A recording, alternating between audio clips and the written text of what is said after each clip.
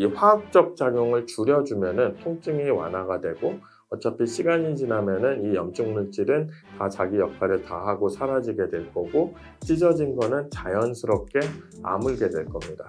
그게 원래 디스크의 기본적인 치료 방향이에요.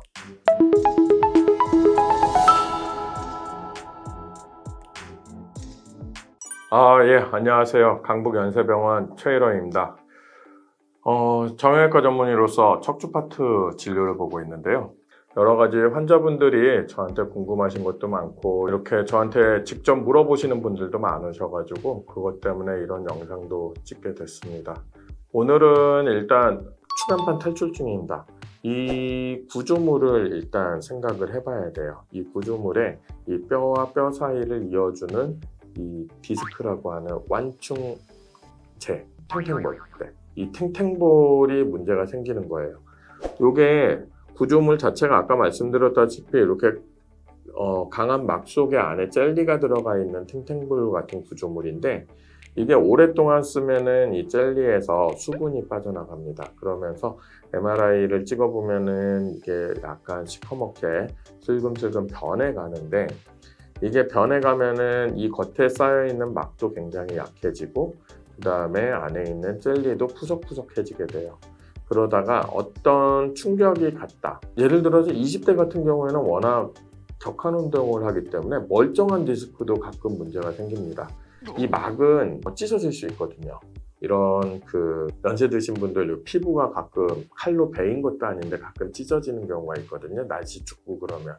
그런 것들처럼 얘도 어떤 가벼운 충격에도 찢어질 수 있는데, 정상적인 거는 가벼운 충격에 찢어지는 경우는 흔하지 않아요. 그런데 이렇게 20대 같은 경우는 굉장히 튼튼함에도 불구하고 높은 데에서 점프를 한다든지 갑자기 너무 무거운 물건을 든다든지 이러면은 겉에 싸고 있는 막이 일부분이 팡 하고 문제가 되면서 찢어집니다.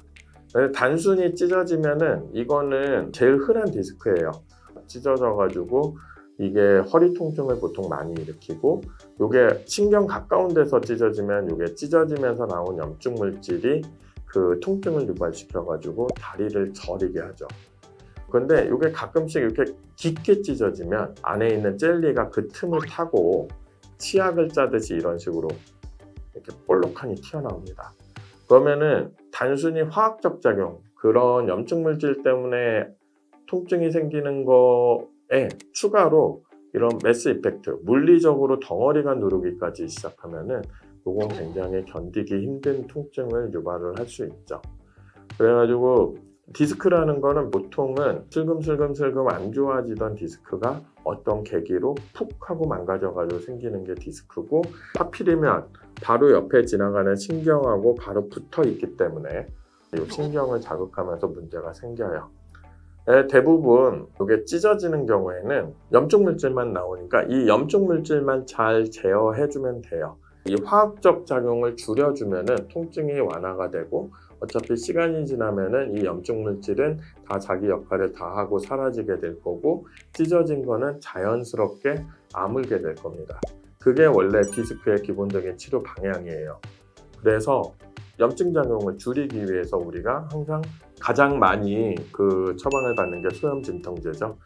소염 진통제는 단순한 진통제가 아닙니다. 이거는 염증을 가라앉히면서 그런 염증으로 생긴 통증을 가라앉혀 주는 거예요. 그래가지고 먹는 약으로 이런 염증을 좀 가라앉혀 보는 작용을 해요. 그래, 약 먹어서 좋아질 것 같으면은 큰 문제가 아닌 경우가 많아서 먹는 약으로 해결을 하는 게 제일 싸고 편하고 안전합니다.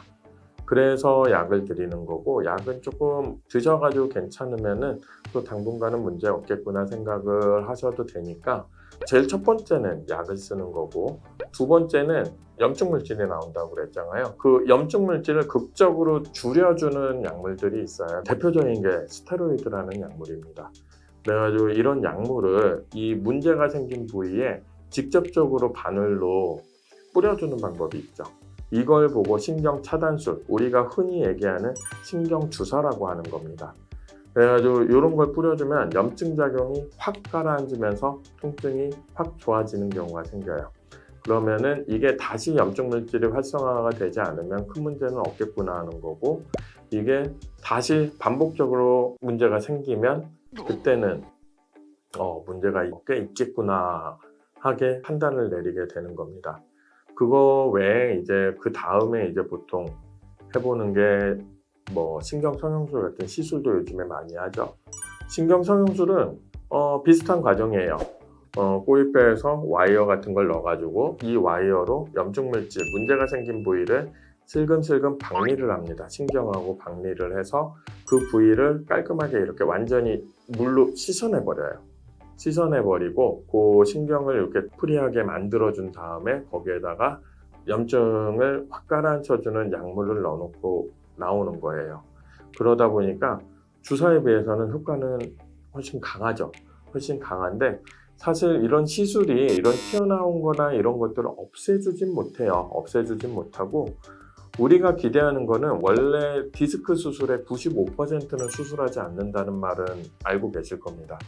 그래가지고 이런 것들을 통해서 어떻게든 통증을 잡아 놓으면 통증이 잡히면은 나머지 찢어진 거라든지 설사 밀려 나왔다 하더라도 이게 시간이 지나면서 우리 몸의 자연 회복 과정으로 자연스럽게 밀려 나온 건 흡수가 되고 찢어진 건 아물어가는, 그게 원래 디스크 치료의 가장 기본적인 치료 방향이라고 할 수 있습니다.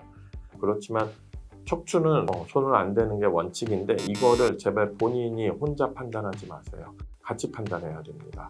그런 어떤 척추에 대해서 충분히 경험 많은 선생님하고 상의를 하고 어떻게 해야 될지 계획을 쭉 세워서 이렇게 치료를 하는 걸 권장드립니다.